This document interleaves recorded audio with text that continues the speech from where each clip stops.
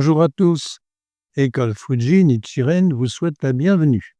Nous sommes aujourd'hui le 29 mars 2025 et il est 11 heures à Paris. Je suis heureux de vous présenter le 13e exposé du cycle Une pensée de 3000 Ichinen Sanzen. Durant cette 18e réunion de Nage Sotai, Gérard vous propose de vous exposer Une pensée 3000 au sein de la comparaison entre le circonstanciel et le véritable. Je vous rappelle que Gilles est toujours aux commandes derrière son écran et que Thierry vous parle en ce moment. Alors, Gérard, à toi, nous t'écoutons. Comme nous l'avons vu au chapitre précédent, le Bouddha Shakyamuni enseigna en premier lieu le sutra de l'ornementation fleurie afin de réfuter les conceptions erronées de la voie extérieure concernant la création divine, les relations causales et autres idées fausses et, simultanément, de révéler le véritable aspect des choses. Face à l'incompréhension de ses disciples, il adapta progressivement son enseignement, le développant sur une période de 42 ans. Ce n'est que lorsqu'il estima qu'ils étaient enfin prêts à recevoir la vérité qu'il l'exposa sous la forme du Sutra du Lotus. Au chapitre Prédication du Sutra des Sens Infinis, considéré comme l'introduction du Sutra du Lotus, le Bouddha Shakyamuni révèle « Fils de bien, m'étant assis bien droit 6 années durant au pied de l'arbre d'éveil, au lieu de la voie, je finis par réaliser l'éveil complet et parfait sans supérieur. Grâce à la vision d'éveillé, je considérais que l'ensemble des enseignements ne saurait être exposé. Pourquoi cela? Je m'étais rendu compte de ce que les natures et les désirs des êtres étaient dissemblables. Nature et désir n'étant pas semblables, je prêchais le dharma de diverses façons, et pour le prêcher de diverses façons, j'eus recours à la force des moyens. Pendant plus de 40 ans, je n'ai pas révélé la vérité, c'est pourquoi il y avait des discriminations dans l'obtention de la voie par les êtres et qu'ils ne pouvaient réaliser promptement l'éveil suprême. Ainsi, tandis que l'enseignement des sutras antérieurs exposait la doctrine d'une pensée 3000 en la situant dans la comparaison entre la voie intérieure et la voie extérieure, l'enseignement du Sutra de Lotus introduisit cette même doctrine en l'inscrivant dans la distinction entre les sutras circonstanciels, provisoires, et le Sutra du Lotus. Éclaircissant la doctrine d'une pensée 3000 dans le cadre de la comparaison entre le circonstanciel et le véritable, Nichikan Shonin enseigne. Le passage suivant, du traité qui ouvre les yeux, indique « Ces sutras contiennent 2 lacunes. La première tient aux différences qu'ils enseignent. Aussi, le caractère circonstanciel de leur doctrine incomplète n'étant pas encore révélé, ils ne manifestent pas encore la doctrine d'une pensée 3000 présente dans la doctrine éphémère. La seconde réside dans l'affirmation selon laquelle le Bouddha aurait atteint l'éveil pour la première fois dans cette existence, occultant ainsi la dimension intemporelle et infinie de son éveil, telle qu'elle est révélée dans la doctrine originelle. Le chapitre des moyens de la doctrine éphémère, en exposant le principe d'une pensée 3000 et en affirmant la possibilité d'éveil pour les adeptes des 2 véhicules, vient ainsi pallier l'une des 2 lacunes des sutras antérieurs. L'expression ces sutras désigne l'ensemble des enseignements dispensés sur une période de plus de 40 ans. Le terme différence implique une distinction. Étant donné que les sutras antérieurs établissent une séparation entre les 10 mondes, ils ne révèlent pas encore le caractère circonstanciel des 9 mondes. Par conséquent, ils n'intègrent pas le principe de la présence mutuelle des 10 mondes, ce qui occulte la doctrine d'une pensée 3000 telle qu'elle est formulée dans la doctrine éphémère. Question. En effet, le chapitre des moyens de la doctrine éphémère révèle une pensée 3000 comblant ainsi l'une des 2 lacunes des sutras antérieurs. Toutefois, pourquoi dites-vous qu'elle révèle également l'éveil des adeptes des 2 véhicules? Réponse. La doctrine d'une pensée 3000 est ce qui est explicitement exposé dans le sutra, tandis que la possibilité d'éveil des adeptes des 2 véhicules est formulée implicitement par ces paroles. À présent, puisque les notions d'explicite et d'implicite sont mentionnées conjointement, on peut affirmer qu'il est question à la fois de la doctrine d'une pensée 3000 et de la possibilité d'éveil des adeptes des deux véhicules. Autrement dit, si l'éveil de ces derniers n'est pas expliqué, alors ni les bodhisattvas ni les êtres ordinaires ne peuvent parvenir à la bodhéité. En effet, si les bodhisattvas qui incluent les deux véhicules ainsi que ces derniers qui sont eux-mêmes intégrés dans le monde des bodhisattvas ne peuvent atteindre l'éveil, comment les bodhisattvas qui englobent l'ensemble pourraient-ils y parvenir? C'est pourquoi dans le traité sur les 10 mondes des dharmas, il est écrit: dans la mesure où les bodhisattvas possèdent les caractéristiques des deux véhicules, si ces derniers disparaissent en s'immergeant dans la vacuité, alors les bodhisattvas disparaissent également en s'immergeant dans la vacuité. Si cela est vrai pour les bodhisattvas, il en va de même pour les êtres ordinaires, ainsi que pour les 9 autres mondes. Aucun ne peut alors accéder à l'éveil. L'absence de la doctrine de l'identité entre les 9 mondes et celui du Bouddha empêche l'émergence du principe d'une pensée 3000. Dès lors que la possibilité de l'éveil est reconnue pour les adeptes des deux véhicules, elle l'est a fortiori pour les bodhisattvas et les êtres ordinaires. Ainsi, puisque les 9 mondes sont identiques au monde du Bouddha, le principe de la présence mutuelle des 10 mondes et celui d'une pensée 3000 apparaissent avec une évidence incontestable. C'est en ce sens que l'on affirme la réalité d'une pensée 3000 et la possibilité de l'éveil pour les adeptes des deux véhicules. Beifei Zongying disait: 3000 représente l'objet merveilleux inconcevable. Uniquement grâce à l'ouverture du lotus sont révélées la possibilité de devenir Bouddha pour les adeptes des deux véhicules et la présence mutuelle des 10 mondes. C'est pourquoi 3000 dharmas sont soudainement et parfaitement présents en une pensée. C'est pourquoi le lotus est l'unique merveille. Question. Si les sutras des temps anciens ne révélaient pas la doctrine d'une pensée 3000, pour quelle raison Tendai s'appuierait-il sur le passage du sutra de l'ornementation fleurie, affirmant que l'esprit crée toute chose pour en attester la validité? Réponse.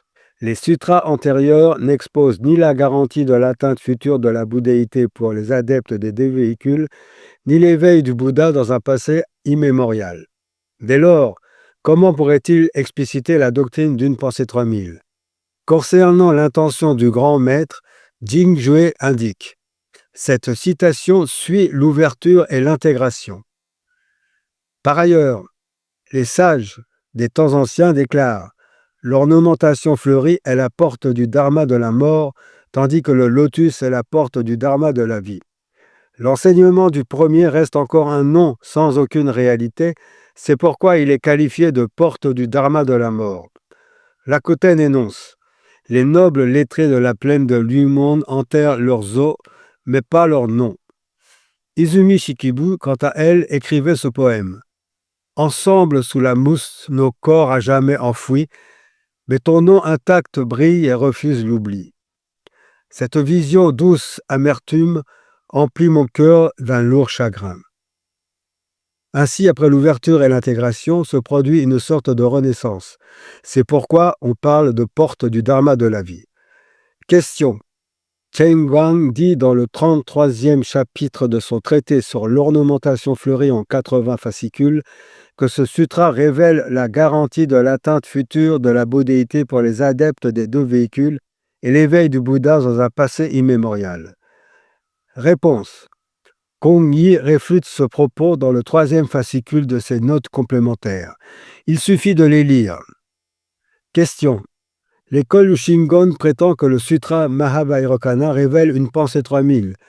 C'est pourquoi le 41e chapitre des explications sur les significations du sutra Mahavairocana indique: le vénéré du monde a déjà largement exposé le véritable aspect de l'esprit. Lorsqu'il dit le véritable aspect de tous les phénomènes, il fait référence au véritable aspect de l'esprit de ce sutra. Réponse. Le sutra Mahavairocana ne révèle pas la possibilité d'éveil pour les adeptes des deux véhicules, ni l'éveil du Bouddha dans le passé lointain hors le temps et l'espace. Comment pourrait-il révéler une pensée 3000? En fait, le véritable aspect de l'esprit dont il est question dans le sutra Mahavairocana n'est que le véritable aspect de transition entre les enseignements du petit véhicule et ceux du grand véhicule. Pourquoi dire alors qu'il est identique au véritable aspect révélé dans le Sutra du Lotus? Au sein de l'Abhidharma Mahavibhasa Sastra, on trouve également un peu partout l'expression véritable aspect. Cette expression a-t-elle la même signification que dans le grand véhicule? Il convient de toujours juger des mots en fonction de leur sens. Le grand maître Dengyo écrit dans son chapitre sur la protection de la nation, dans son passage réfutant l'école de la nature des dharmas, il est effectivement question du véritable aspect, mais dans la mesure où il s'agit d'un véritable aspect de transition et donc, même si les mots sont les mêmes, leur signification est différente. Dans le traité sur le Honzon, Nichiren Daishonin écrit « Même l'enseignement parfait contenu dans les sutras antérieurs et la doctrine éphémère du sutra de Lotus ne constitue pas la cause de la bodhéité. À plus forte raison n'apparaît-elle pas dans les sutras du petit véhicule, ni dans le sutra Mahavairocana. Sachez-le, le véritable aspect de l'esprit dont il est question dans le sutra Mahavairocana n'est que l'aspect véritable de transition entre le petit véhicule et le grand véhicule. Les adeptes de l'école du Shingon disent « Le sutra Mahavairocana révèle la possibilité d'éveil pour les deux véhicules et l'éveil du Bouddha dans le passé lointain hors le temps et l'espace. » C'est pourquoi dans son recueil de questions diverses, le grand maître Kobo écrit « Question. Parmi les Vajras et autres, les termes Narayana, grand Narayana et porteurs de Vajra ont-ils une signification particulière? Réponse. Oui, ils en ont une. Le premier Narayana fait référence à la grande force qui sauve les êtres sensibles. Le second, le grand Narayana, exprime cette idée. Les Ichantika, êtres sans foi, sont comme atteints d'une maladie incurable et les disciples des deux véhicules sont comme des morts vivants, au-delà du secours des enseignements ordinaires. Seule la puissance divine secrète et unique, le pouvoir de ce dharma ésotérique, peut les sauver et les guérir. Pour démontrer cette force incomparable, le qualificatif grand est employé. Dans le commentaire Yishe, section 9, verset 45, il est dit « La phrase « Je suis le principe originel de toute chose » vise à révéler le trésor ésotérique. Avant cela, elle proclame ses propres vertus. Le terme « origine » représente la signification de la durée de la vie. Réponse. Kobo, en insistant sur le grand Narayana parmi les déités, cherche à établir que les disciples des deux véhicules peuvent atteindre la bodhéité. Cependant, c'est un argument peu convaincant. Nulle part dans le sutra concerné, il n'est fait mention de la bodhéité des deux véhicules. Si un tel passage existait, il faudrait en expliquer le contexte, les noms des airs et royaumes, etc. De plus, nier l'enseignement explicite du Sutra du Lotus qui affirme clairement la bodhéité des deux véhicules pour prétendre qu'un autre texte non pertinent peut les sauver serait un grave acte de calomnie envers le Dharma. Ensuite, la phrase « Je suis le principe originel de toute chose » fait référence au principe de l'existence intrinsèque du corps du Dharma. Cela n'équivaut pas à l'éveil véritable depuis des temps immémoriaux du Sutra du Lotus. Selon Shoshin, le sutra ésotérique explique que « Je suis le principe originel de toute chose » renvoie à l'idée d'un principe inhérent, préexistant, ce qui justifie l'expression « principe originel ». Miaolo, dans son commentaire datant de la fin de la dynastie Tang, affirme que nulle part dans les enseignements antérieurs au Sutra du Lotus, il n'est question de la bodhéité des deux véhicules ni de l'existence d'une durée de vie inconcevable du Bouddha. Miaolo, ayant examiné le Vajrayana, a pu confirmer que les enseignements ésotériques ne mentionnent jamais de tels principes essentiels comme la bodhéité des corps ou la doctrine de 3000 mondes dans un instant de pensée. En outre, Kobo est accusé d'avoir emprunté les trésors doctrinaux du Sutra de Lotus pour les intégrer à ses propres enseignements, ce qui serait une grave offense aux yeux du roi Yama. Notre fondateur indique clairement dans le traité sur le Honzon, parmi tous les enseignements exposés durant la vie du Bouddha, seul ce sutra renferme le joyau des 3000 mondes en un instant de pensée, Ichinen Sanzen. Les principes des autres sutras ne sont que comme de vulgaires pierres jaunes ressemblant à des joyaux. Presser le sable ne produit pas d'huile, tout comme une femme stérile ne peut enfanter. Les autres sutras ne permettent même pas aux sages de devenir Bouddha, tandis que ce sutra permet même aux ignorants de planter la cause de la bodhéité. À mesure que nous approfondissons l'étude de la doctrine d'une pensée 3000, il devient manifeste que sa compréhension se complexifie progressivement. Il apparaît donc essentiel de revisiter et d'expliquer plus en détail certains passages du traité de Nichikan Shonin afin d'en saisir toute la portée. Le premier point que nous examinerons concerne la question particulièrement pertinente soulevée par Nichikan Shonin quant à l'usage en apparence paradoxal que fait le grand maître du Tendai de l'expression issue du Sutra de l'ornementation fleurie « l'esprit crée toutes choses ». Cette expression est utilisée pour légitimer la validité de la doctrine d'une pensée 3000, alors même que le maître du Tendai affirme que les sutras antérieurs ne contiennent pas cette doctrine. Pour répondre à cette apparente contradiction, Nichikan Shonin recourt au concept d'ouverture et intégration.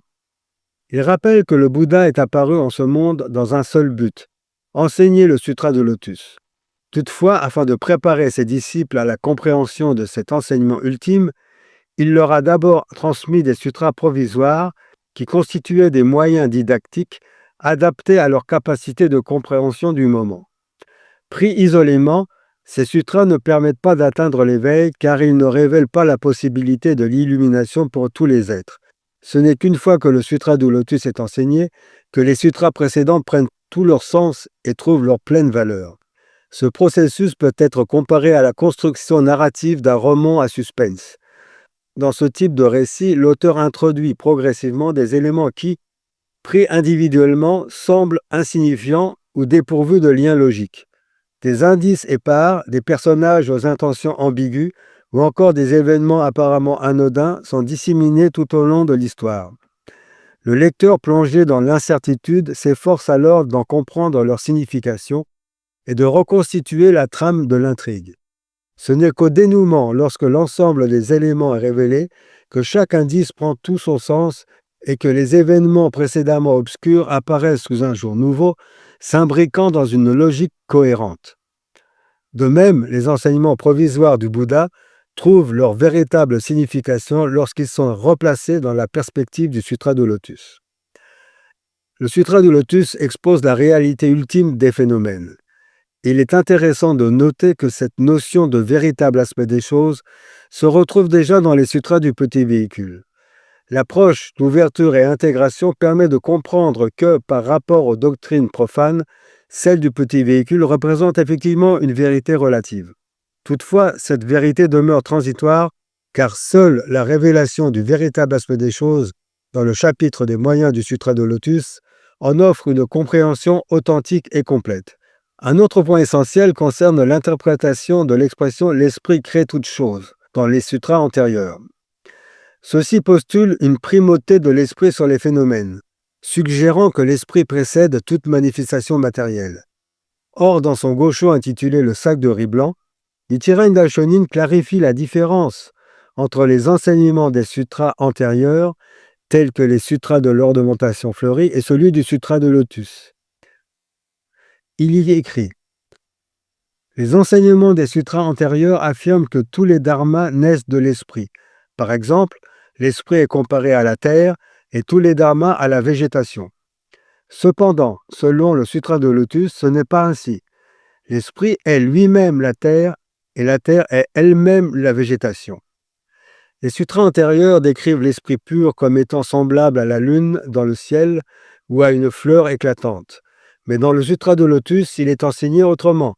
La lune est l'esprit, la fleur est l'esprit. Cette distinction met en évidence un changement fondamental de perspective. Les enseignements antérieurs considèrent l'esprit comme une entité génératrice des phénomènes, alors que le Sutra de Lotus enseigne une non-dualité entre l'esprit et les phénomènes, insistant sur leur interdépendance intrinsèque. Ainsi, la doctrine d'une pensée 3000 trouve son fondement dans cette vision holistique où chaque pensée contient simultanément l'ensemble des phénomènes de l'univers. Ceci renvoie à la formulation de Beifei Zongying disant « 3000 représente l'objet merveilleux inconcevable ». Ce caractère merveilleux et inconcevable de l'objet tient au fait que ce dernier n'existe ni préalablement à la pensée tel qu'on peut le voir dans les enseignements de la voie extérieure, ni ultérieurement tel que dans le sutra de l'ornementation fleurie et les sutras antérieurs au sutra du lotus, mais simultanément ce que Nichiren Daishonin matérialisa sous la forme du Dai Goronzon.